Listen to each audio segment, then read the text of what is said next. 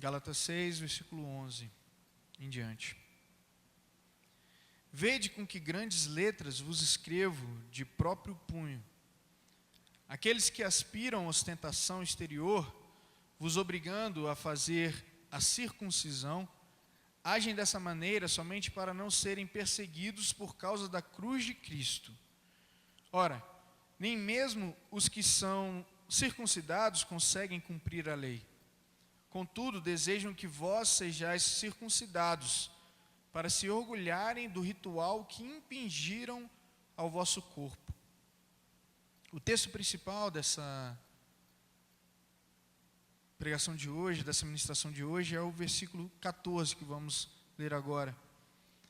Quanto a mim, no entanto, que eu jamais venha a me orgulhar, a não ser na cruz de nosso Senhor Jesus Cristo, por intermédio da qual o mundo já foi crucificado para mim e eu para o mundo.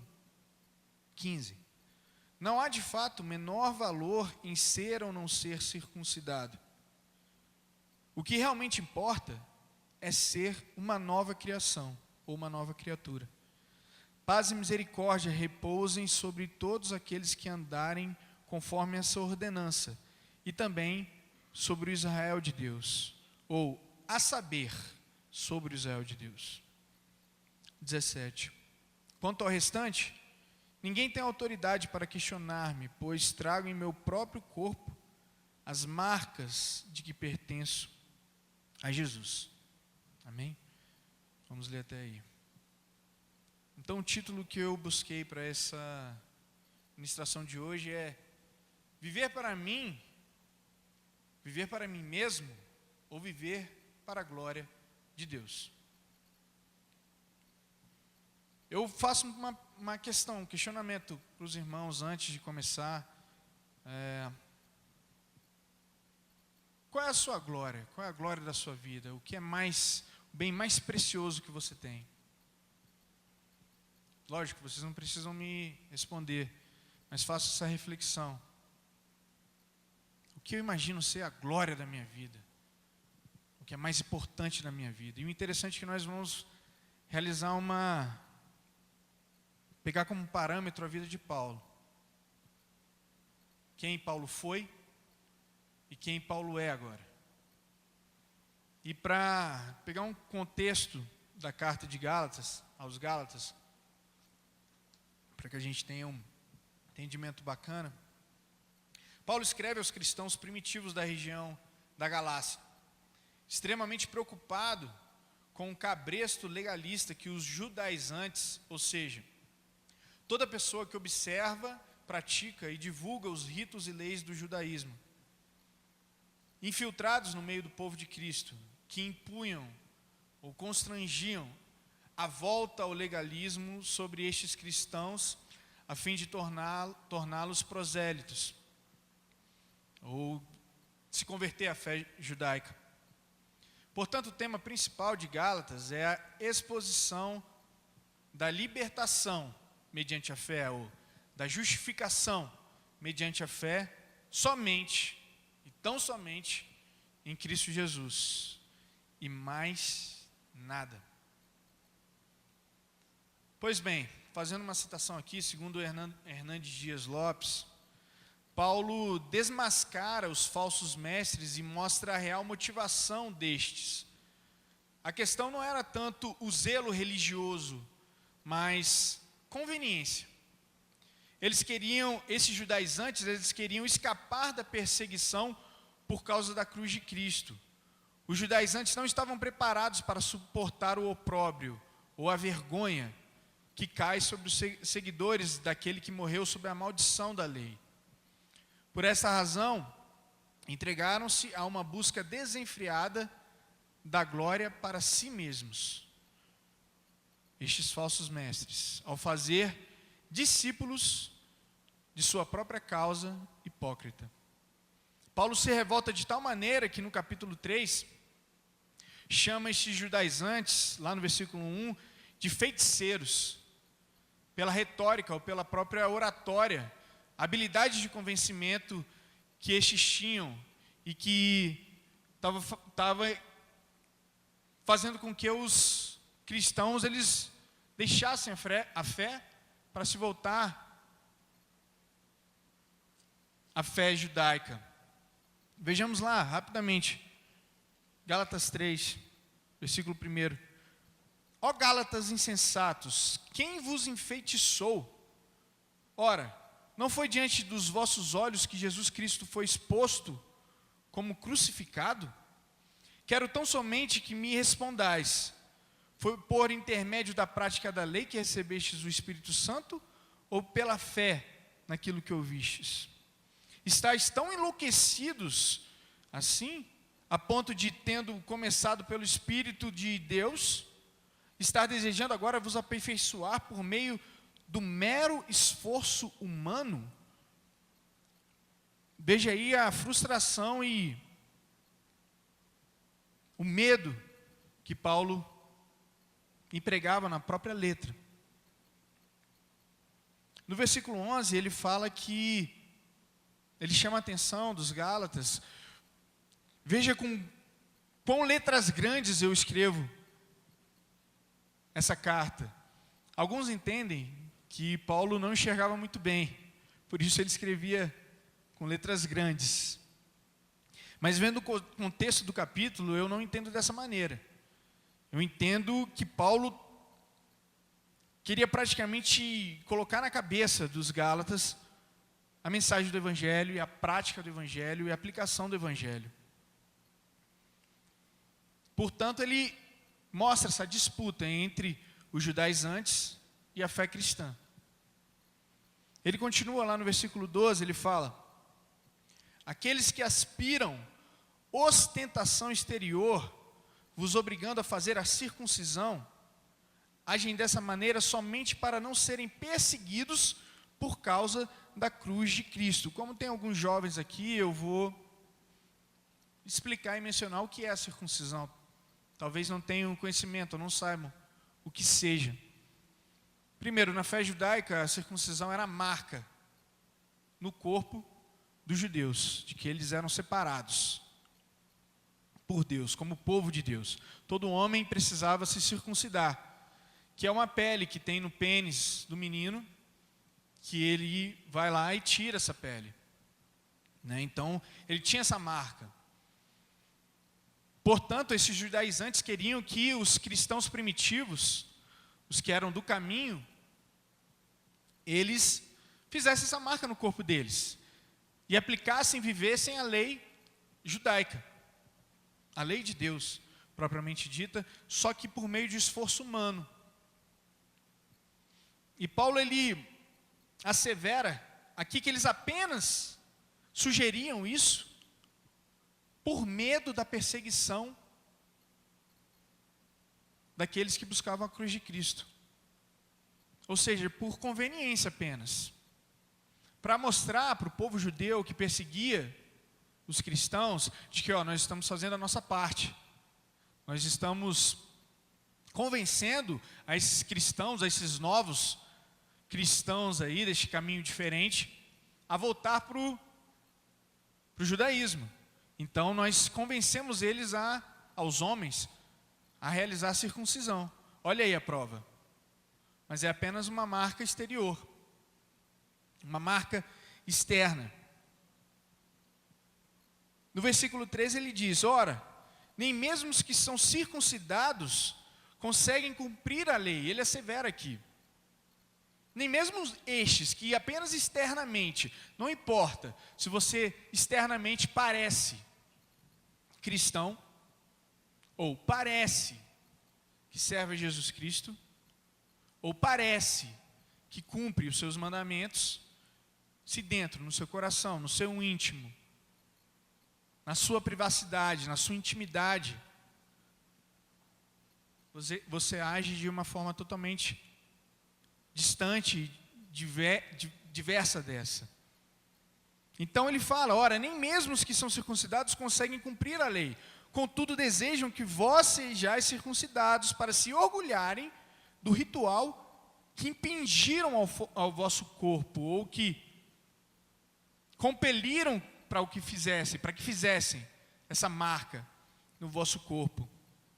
E o versículo 14 ele é muito interessante, porque ele diz, o próprio Paulo diz, quanto a mim, Paulo, no entanto, que eu jamais venha a me orgulhar de nada, nada, a não ser na cruz de nosso Senhor Jesus Cristo, por intermédio da qual o mundo já foi crucificado para mim e eu para o mundo. Vocês percebem?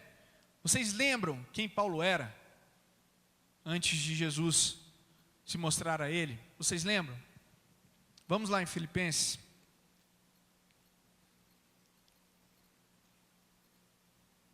Filipenses 3. Quem era esse Paulo?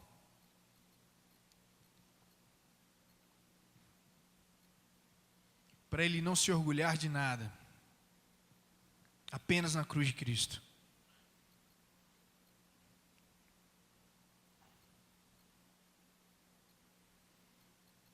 Filipenses 3. Vou ler a partir do versículo 1, para que a gente entenda todo o contexto. Bom, o título já fala tudo. Aceitar a Cristo é o maior ganho. Concluindo, meus irmãos, quanto ao mais, alegrai-vos no Senhor. Para mim, não é incômodo escrever-vos outra vez sobre o mesmo assunto, e para vós é uma segurança a mais. Tomai cuidado com os cães, cuidado com esses que praticam o mal, cuidado com a falsa circuncisão. Olha aí, o mesmo contexto de Gálatas. Porquanto nós é que somos a própria circuncisão, todos nós que adoramos pelo Espírito de Deus, que nos gloriamos em Cristo Jesus e não depositamos confiança alguma na carne. Embora eu também tivesse razões para alimentar tal convicção. Ora, se alguém julga que tem motivos para confiar na carne, eu ainda mais, Paulo dizendo. Essa carne é qualquer valor humano, tudo aquilo que você vê e acha, pô, isso aqui é interessante, isso aqui é importante para a minha vida, eu posso me gloriar nisso. Aí ele continua no versículo 5, circuncidado no 8º dia de vida, filho da descendência de Israel, da tribo de Benjamim, hebreu de hebreus, quanto à lei, fui fariseu, quanto ao zelo, eu mesmo persegui a igreja, quanto à justiça que há na lei, irrepreensível. Aí Paulo fecha no versículo 7, todavia o que para mim era lucro, isso tudo para Paulo era lucro. Ele era um doutor, ele era um cara top, o bom. Se a gente quiser fazer um parâmetro aqui hoje em dia, está na cabeça dos concursos públicos, ou empresário, com doutorado, com PhD, com cursos no exterior, seja lá o que for. Paulo tinha essas prerrogativas. No mais, ele diz, no versículo 7, o que para mim era lucro, passei a considerar como prejuízo por causa de Cristo. Mais do que isso, compreendo que tudo é uma completa perda, quando comparado à superioridade do valor do conhecimento de Cristo Jesus, meu Senhor, por quem decidi perder todos esses valores, os quais considero como esterco, a fim de ganhar Cristo e ser encontrado nele, não tendo por mim a justiça que procede da lei, mas sim a que é outorgada por Deus mediante a fé, para conhecer a Cristo e o poder da sua ressurreição e a participação nos seus sofrimentos, identificando-me com ele na sua morte, com o propósito de, seja como for a ressurreição dentre os mortos, não me importa como será, nela eu quero estar presente. Voltemos então ao versículo 14 do capítulo 6 de Gálatas, para que entenda o contexto do porquê que Paulo diz essas coisas. Que eu jamais venha me orgulhar de nada, e ele tinha razão. No nosso entendimento natural, Paulo tinha toda a razão para se orgulhar, no que ele quisesse. Mas ele diz, eu não quero me orgulhar em nada, a não ser na cruz de nosso Senhor Jesus Cristo, por intermédio da qual o mundo já foi crucificado para mim e eu para o mundo. O que vem a ser a cruz de Jesus Cristo. Já pararam para pensar nisso? O que é a cruz de Jesus Cristo? A gente percebe nas igrejas crucifixo na igreja católica. Lógico, muita idolatria há nisso aí. E às vezes essa cruz mesmo, ela não representa nada. É apenas um símbolo. Mas aquele momento em que Jesus esteve na cruz, o que aquilo representa para que Paulo diga que ele se gloria nessa cruz?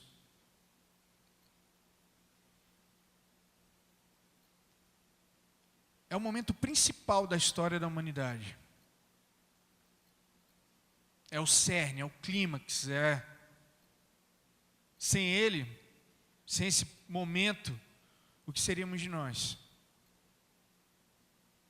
A ira de Deus que era sobre mim e sobre você, por causa da nossa natureza pecaminosa, porque nós estamos destituídos da glória de Deus, por natureza, Jesus tomou sobre si.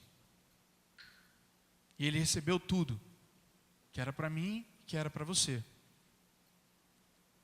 E Paulo fala isso. Eu me glorio neste momento.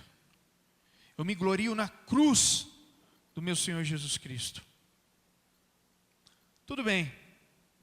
Este momento é um momento de salvação. Mas salvação de quê?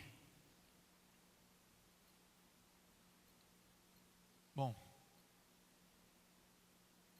neste caso a Bíblia também usa o termo salvação no sentido específico para referir-se à nossa redenção suprema do pecado e à nossa reconciliação com Deus.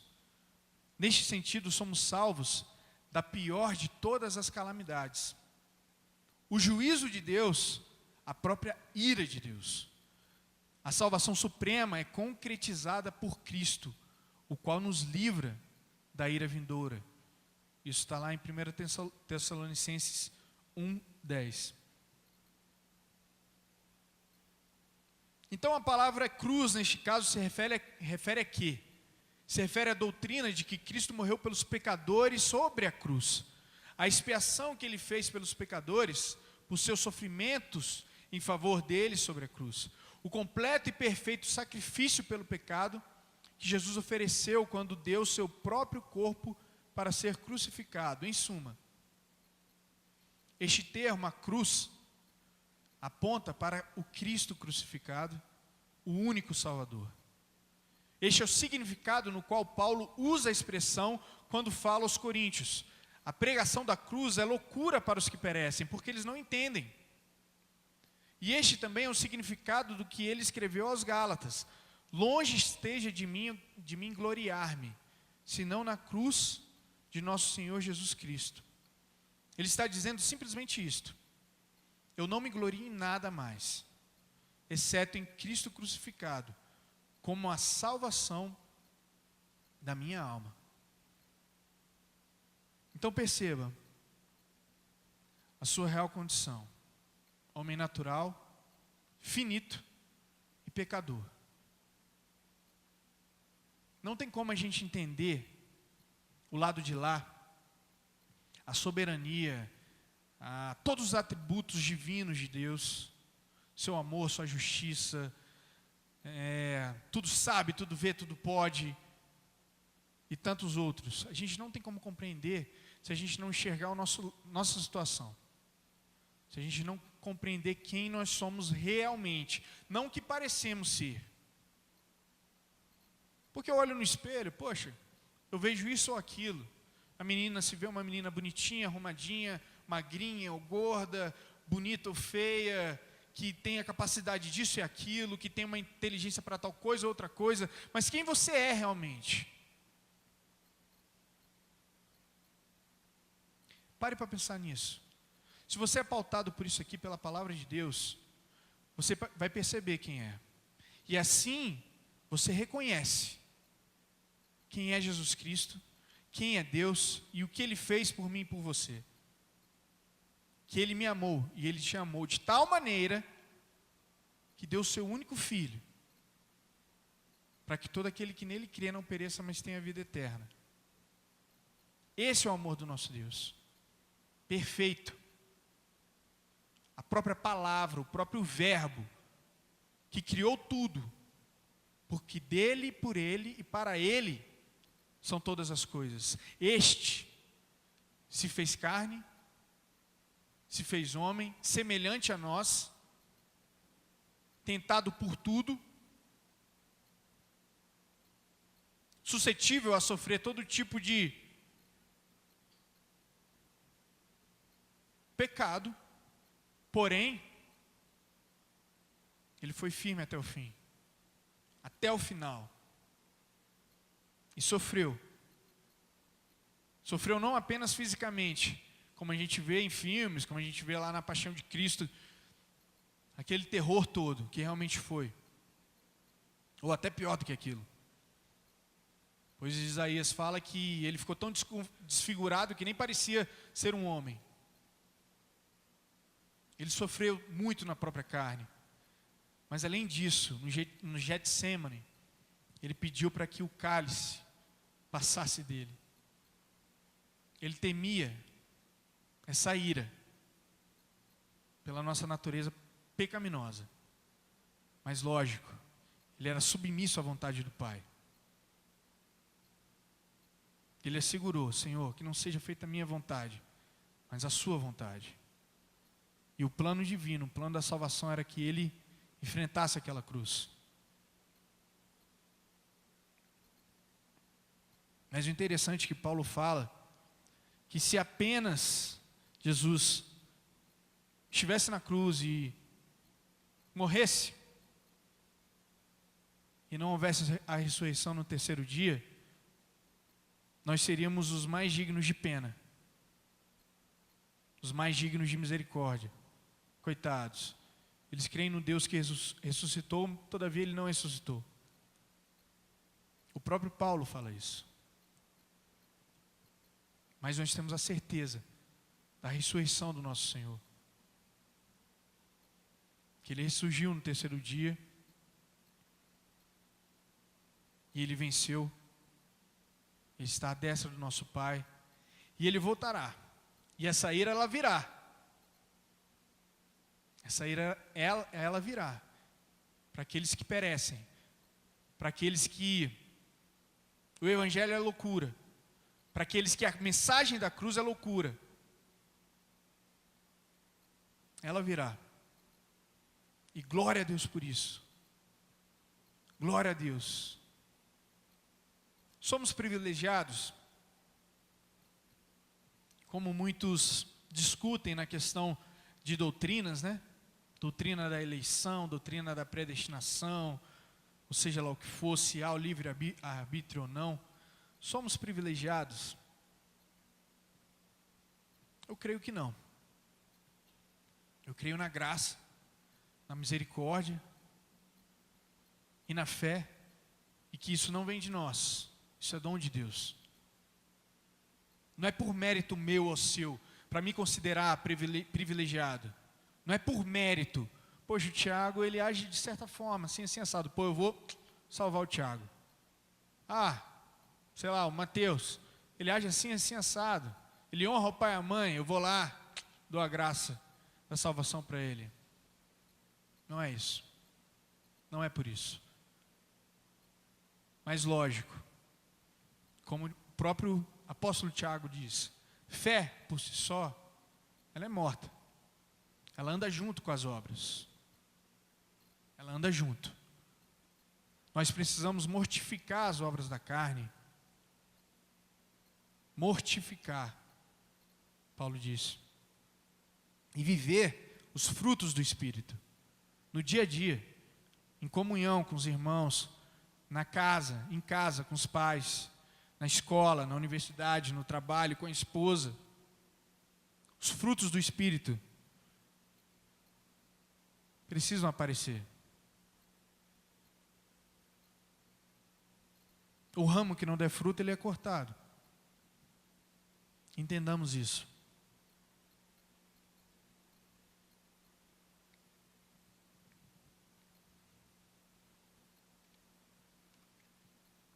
Percebamos aqui, no versículo 15 de Gálatas 6, não há de fato menor valor em ser ou não ser circuncidado. Não importa o que você pareça ser, mas o que importa é que você é. O que realmente importa é ser uma nova criatura. Paz e misericórdia repousem sobre todos aqueles que andarem conforme essa ordenança, a saber, sobre o Israel de Deus, os gentios e os judeus, que são o corpo de Cristo, que é a própria igreja. Esse é o Israel de Deus. Eu encerro lendo o versículo 18, que é o final da carta de Gálatas. Amados irmãos, que a graça de nosso Senhor Jesus Cristo esteja com o vosso espírito. Amém.